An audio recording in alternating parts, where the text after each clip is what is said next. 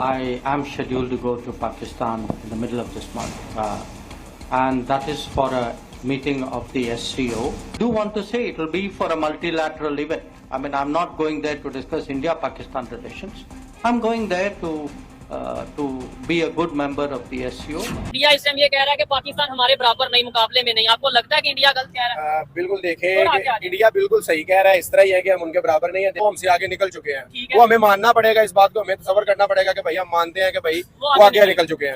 ठीक है, अभी वो हमारे पाकिस्तान में आ रहे हैं, उनका वजीर खारजा हमारे पाकिस्तान में, आपको पता होगा आ रहा है। उसी भी आप बात वो देखें, वो आ रहा है, उसने इंटरव्यू में क्या कहा जी, मैं पाकिस्तान के किसी बंदे को नहीं मिलने आ रहा। ये इंसल्ट नहीं है हमारी। वो फिर किस लिए आ रहे हैं? वो तो इंटरनेशनल मीटिंग के लिए, उन्होंने सीधा कहा इंटरनेशनल मीटिंग के लिए मैं आ रहा हूँ जी। ठीक है। विदेश मंत्री एस जयशंकर एससीओ सम्मेलन के लिए 16 सितंबर को इस्लामाबाद में होंगे। वहां पर बातें हो रही हैं कि क्या कोई द्विपक्षीय वार्ता होगी, ये सवाल उठ रहे हैं।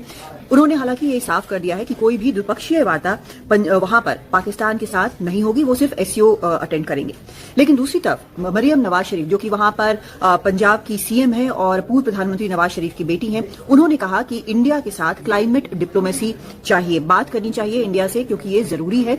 खासकर स्मॉग के बारे में वो बात कर रही है। स्मॉग वो जो कि धीरे धीरे जैसे जैसे तापमान कम होगा, जैसे जैसे ठंड करीब आएगा, वैसे ही दिल्ली और लाहौर जैसे शहरों को अपने कब्जे में ले लेता है। बिल्कुल जहरीला। भारत से बातचीत की मुराद जाहिर की है नवाज शरीफ की बेटी और पाकिस्तान के पंजाब प्रांत की सीएम मरियम नवाज ने।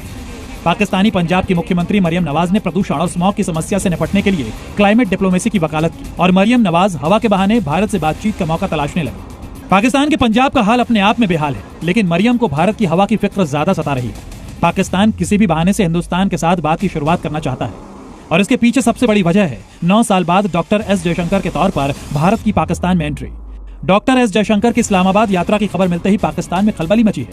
हेलो दोस्तों, एक और नए वीडियो में आपका स्वागत है। पाकिस्तान में डॉक्टर एस जयशंकर की यात्रा होने जा रही है और पाकिस्तान ये चाह रहा है कि कैसे भी करके डॉक्टर एस जयशंकर से बातचीत हो, लेकिन डॉक्टर एस जयशंकर ने क्लियर कहा है कि मैं कोई पाकिस्तान के साथ कोई डिप्लोमेटिक चर्चा नहीं कर सकता और करूंगा भी नहीं। देखेंगे आगे वीडियो में क्या होता है। और हमें भी चैनल पे नए हो तो चैनल को सब्सक्राइब कीजिए, लाइक कीजिए और शेयर कीजिए। बस यही है कि हमारा ये पार्टियों वाला इशू जब खत्म हो जाएगा ना, फिर ही हम एक होकर कुछ सोच सकेंगे मुल्क के बारे में। समझ नहीं, अभी हमें सीधी सीधी एक धमकी लगाई गई है जी, हम आपके घर में भी आएंगे और आपको मुंह भी नहीं लगाएंगे। ये सीधी सीधी धमकी है ना। देखें कितने मुल्क आ रहे हैं उस मीटिंग में, इंटरनेशनल मीटिंग है, कितने मुल्क आ रहे हैं, किसी ने ये मैसेज नहीं दिया। हाँ, तो अगर हम उनसे रिलेशन बेहतर कर लें, जो उनके इशू रिलेशन कैसे बेहतर होगा? हमें तो बचपन से सिखाया गया इंडिया हमारा दुश्मन है। ठीक है। नहीं, वो खुद ही नहीं चाहते कि हमारे साथ रिलेशन बेहतर हो। अच्छा। वो खुद कह रहे हैं कि हम पाकिस्तानियों को मिलने ही नहीं जा रहे। ठीक है। वो हमारे लेवल का ही नहीं है। ठीक है। बस मैं भाई कुछ भी नहीं है। देखो अगर एक घर जुदा हो जाता ना, पहले 47 से पहले हम एक ही घर थे, ठीक है, 47 से पहले हम सारे एक ही थे, हम एक ही घर था। अगर जुदा हो गया वो एक अलग बात है, वो तरक्की की तरफ चल पड़े, हम लड़ाई की तरफ चल पड़े,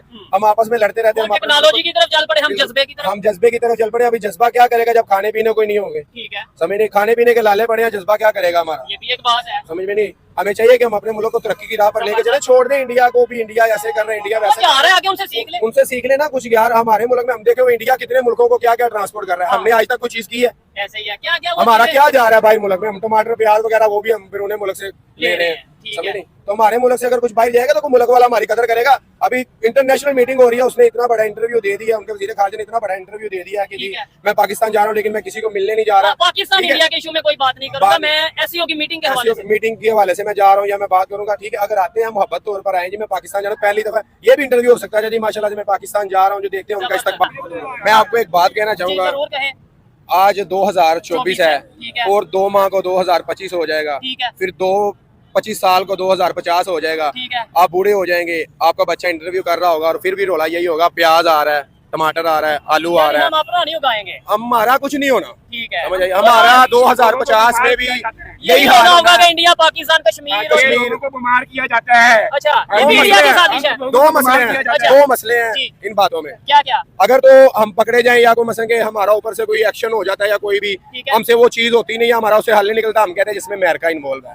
ठीक है, जब भी कोई किसी यहाँ पे धमाका हो गया, इंडिया इन्वॉल्व है जी। ठीक है, यार इन्वॉल्व है तो तुम करते क्यों नहीं, एक्शन क्यों नहीं लेते? हाँ, मैं भी पाकिस्तान में अगर कुछ जुर्म करते हैं, ये बुजुर्ग है, ये जुर्म कर मेरे देते पे डाल दे। हाँ वो बुजुर्ग है, ठीक है। अगर मैं लेट्स सपोज कुछ गलत कर रहा आप हूं, जुर्म कर देते हैं, पुलिस पकड़ लेती है ना, पकड़ लेती है। यार हमने फौज क्यों बनाई है? ये चीज अगर हम पे को दूसरा मुल्क जुल्म करता है तो तो हम उसको पकड़े। पकड़ने के लिए वैसे हम कहते हैं नंबर 1 है हमारे दिलों में, सब देखिए ना, हमारे पास एडमी ताकत है, ठीक है, हम कुछ भी नहीं है, हमारे पास एडमी ताकत है, हम सारा कुछ रखते हैं, हमारे में जज्बा भी है, और हमारे में सबसे बड़ा जज्बा तो हमारा ये है कि हम कहते हैं ये हमारी असली जिंदगी मरने के बाद शुरू होती है, तो फिर मरने से क्यों डरते हो यार? हाँ फिर करो ना, एक्शन करो। अगर तुम्हें लगता है कि वो हमला करते हैं तो करो। हाँ, जवाब दिया। आप मुझे बताएं, इस्लाम इधर बरसगीर में हिंदुस्तान में पहले था या पहले हिंदुइज्म पहले था? मेरी एक बात का जवाब देना, फिर मैं आपको समझाता हूँ। मुझे बताएं कौन सा मजहब पहले था, इस्लाम या हिंदुइज्म इधर बरसगीर यहाँ में? पर पहले हिंदुइज्म ही थे, हिंदू है। भी थे, तो बुद्ध मत भी थे, हाँ। और भी मजाहिब थे, ठीक है। ठीक है ना, ईसाइयत भी थी यहाँ पे, बिल्कुल थे, यहूदी भी लेकिन थे। मुसलमान बाद में आए। बात सुनिए, यहाँ पे मुसलमान इस्लाम बाद में आए यहाँ ठीक पे, है। लेकिन उनका ये चांस है ना, हाँ, सुनिए। इकोनॉमी ये कोई जुटकार नहीं सकता कि वो हमारे से आगे है। टेक्नोलॉजी ये कोई इनकार नहीं कर सकता वो हमसे आगे है। मेरी बात बताना, इस टाइम दुनिया में उनकी पावर हमसे ज्यादा है, हमारी क्यों नहीं है? बात ये है। और वो कैसे होगी?